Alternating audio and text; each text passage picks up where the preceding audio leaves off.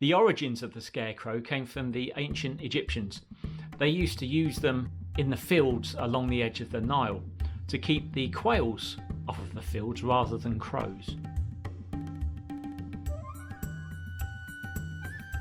I've also done a bit of research because apparently in different parts of the UK, different names are used for scarecrows. Now, I didn't know this, but I'm going to give you some examples. Okay, so Berkshire, which is one of many counties in the UK, they refer a scarecrow as a hod me dod. In Devon, which is the southwest of the country, they call them mermets. And in Somerset, which borders with Devon, they call them mommets. And with the southwestern accent, a mommet, it works quite well. In Sussex, which is the south, they call them mawkins. On the Isle of Wight, now this has got to be one of my favourites, they call them gallybaggers. In Scotland, tattybogles. Now I happen to know for a fact that on the Isle of Skye, which is in Scotland, they have scarecrow festivals or tattybogle festivals. In Wales, now I apologise in advance to any Welsh people that are watching this, and by all means correct me if I say this completely wrong, but I think they call them bwybec, or something like that anyway. In England as a whole, the scarecrow is also referred to as a hayman. Now, when I was a kid, I used to love Worzel Gummidge, which came out back in, I believe it was the late 70s, early 80s, with John Pertwee, who played Worzel Gummidge. And I think that's one of the reasons I've come up with this idea to build a scarecrow for the shop, because they're kind of magical and they're lovable things. What I don't like is the Americanized version of the scarecrow, the real horror kind of things. I think they're a bit over the top, because for me, I think scarecrows are quite magical. They're like the wise men of the field. They know everything in the local area because they stand in the field all day. They've got nothing better to do. And surely scarecrows are good weather forecasters. They must understand the weather.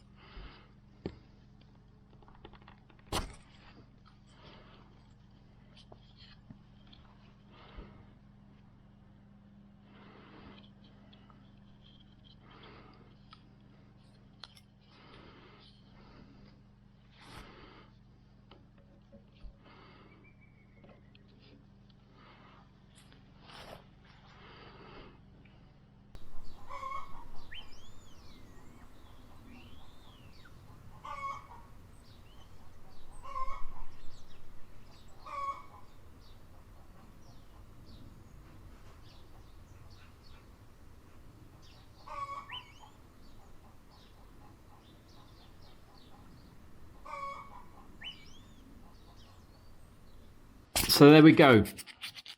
There's the rough shape of the nose. It doesn't have to be exactly the shape I intend on finishing it with, because I'm going to cover the entire head with clay.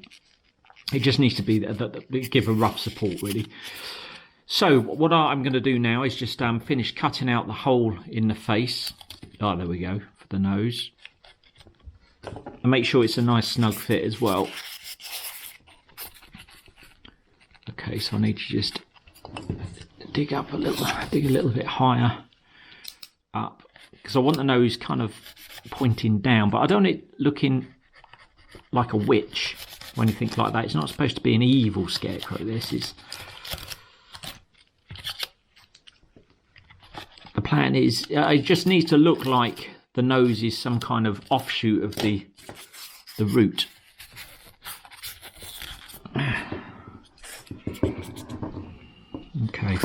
Okay, yeah, guys, that might look horrendous at the moment, but I'm trying to get you a side profile shot, but it's not that easy. So that's kind of the thing I'm after. I'm going to take the nose out for a minute, save damaging it. So I've already got the position, the rough position of the eyes, but as I say, they need to be embedded quite deeply into the face. I mean, don't get me wrong, I'm no sculptor, so this is, I think, probably the first time I've ever tried to sculpt a face, certainly out of polystyrene anyway. The thing is with the polystyrene, I don't want to cut away too much and make too many mistakes, because I'm already kind of a bit behind on this project as it is. So we still need to cut away a bit more. The eye socket. I originally planned on using marbles actually for the eyes, and I found two perfect white marbles, but unfortunately my daughter lost one of them. I don't quite understand how, but she did, which wasn't ideal. I see that isn't too bad actually. Get the gist of it, but they need to go in a bit further, I think, which is a bit of a pain actually. I think what I'm going to have to do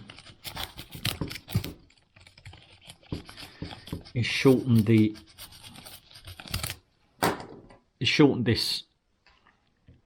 screw, because it's a little bit too long, I think. I just need to snap off a couple of sections. I don't know if I can do it with these pliers or not. Let's give it a go. Probably not actually. I think I have to go and grind them off, but no, that's not going to work. That's annoying. I've just cut off the tops of these screws, bolts, whatever you want to call them.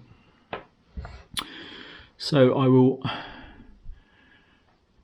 re-thread them onto the knobs, the eyes.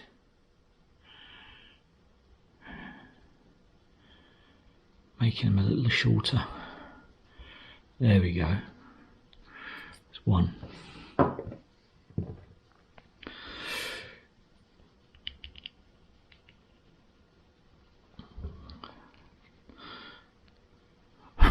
Two.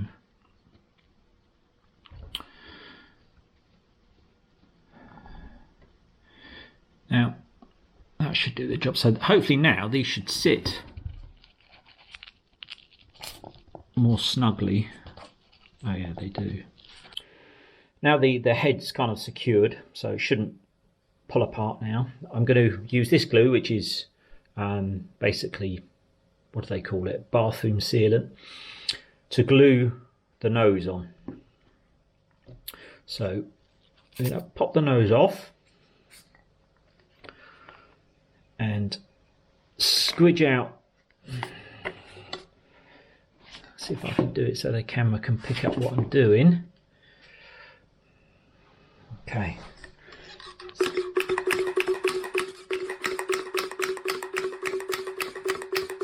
Squidge out a load of glue into the hole that I've made for the nose.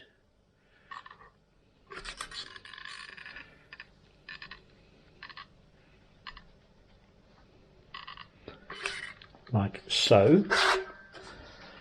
That should do the job. Then we can stick the nose in.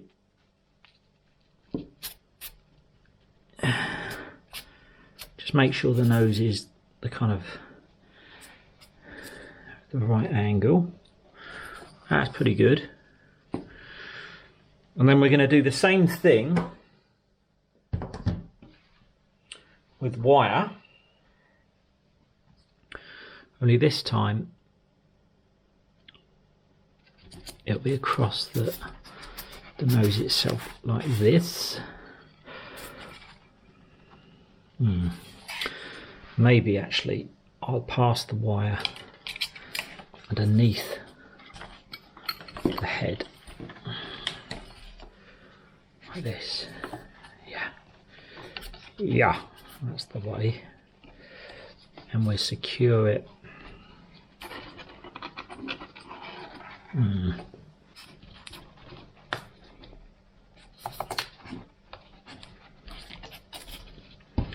Let's cut these bits off first of all.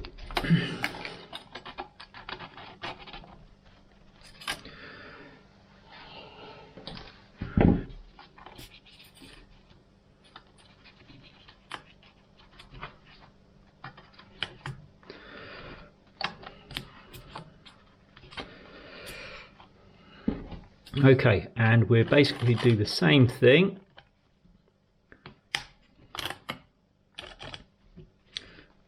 Avoiding snapping the wire, which is always, as I say, is always a bit of a risk.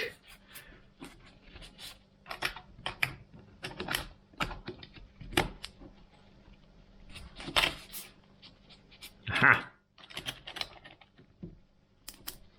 Here we go.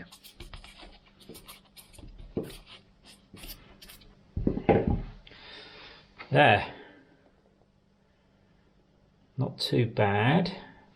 The wire's a little bit high here actually. I have to see if I can bring that down a bit because that's not good.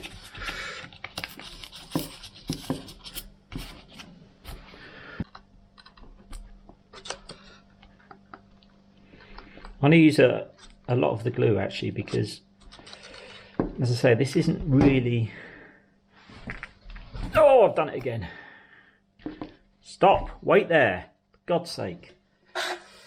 It's not easy to stick stuff to polystyrene basically. And if I use any kind of solvent glue, obviously it just melts the polystyrene, which isn't good. So, here we go again. So, you can get you in.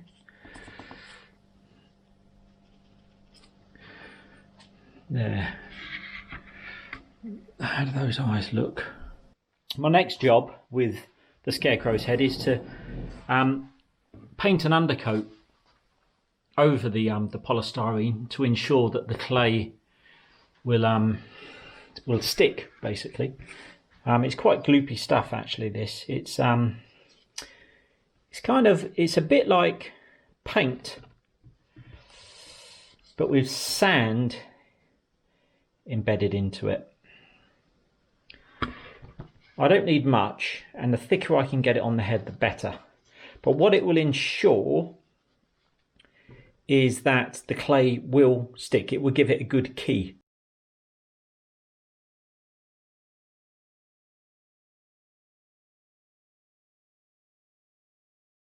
What do you think?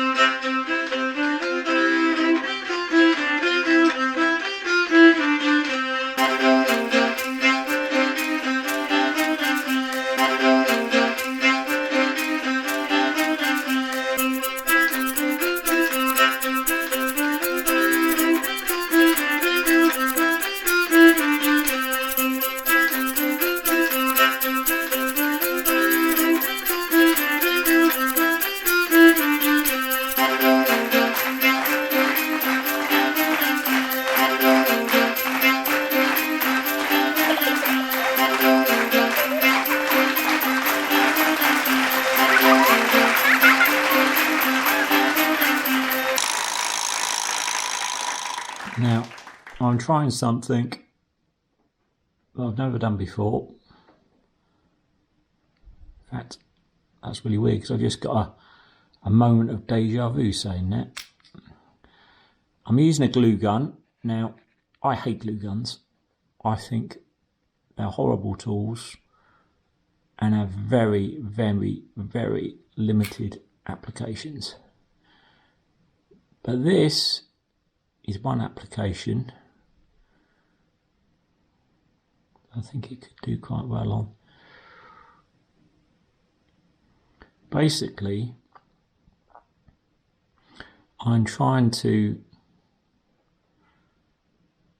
produce the look of roots. And after all, this is a root vegetable.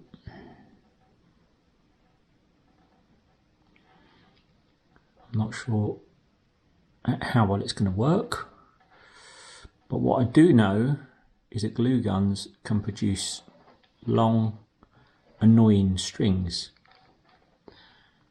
of glue, which in most applications I find intolerable.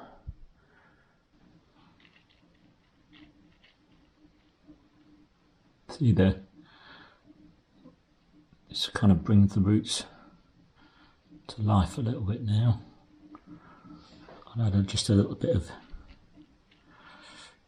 yellow, well yeah, kind of a yellowy and a bit of orange as well. And the thing is with this glue stick, I don't have to paint the entire root, because roots kind of, thin roots like this, they do almost appear transparent where they get very thin. So I'm just going to dab a bit of paint here and there, get a bit more paint on the brush there, because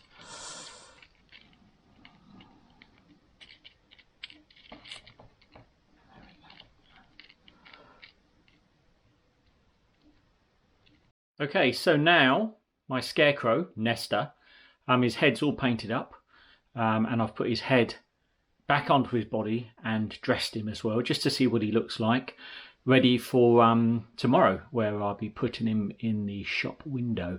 So here we go. Here is my dear friend Nestor.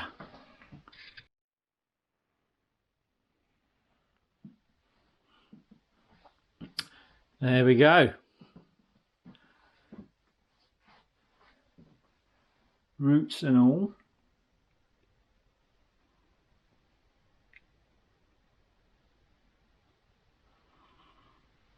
You can see, but I've also put the crow I bought yesterday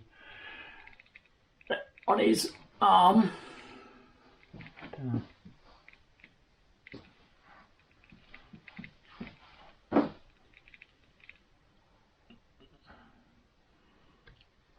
What a boy!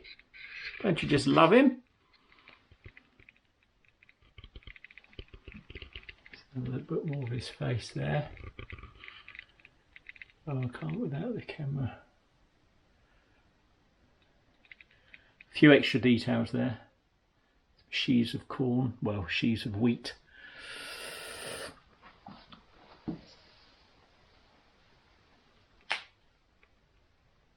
And down to his legs, which I decided to leave as bare twigs rather than use full-length trousers, just to make him look a bit more, well, magical really.